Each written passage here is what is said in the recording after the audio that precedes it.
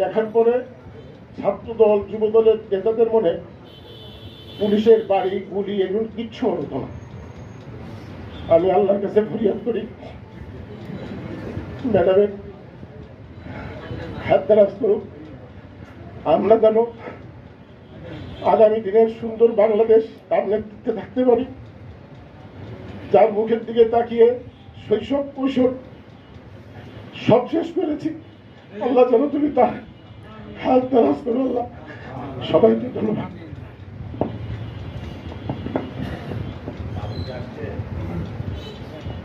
দেশনেত্রী আমাদের সকলের আবেগের জায়গা, আমরা মন প্রাণ খুলে তার জন্য দোয়া করব।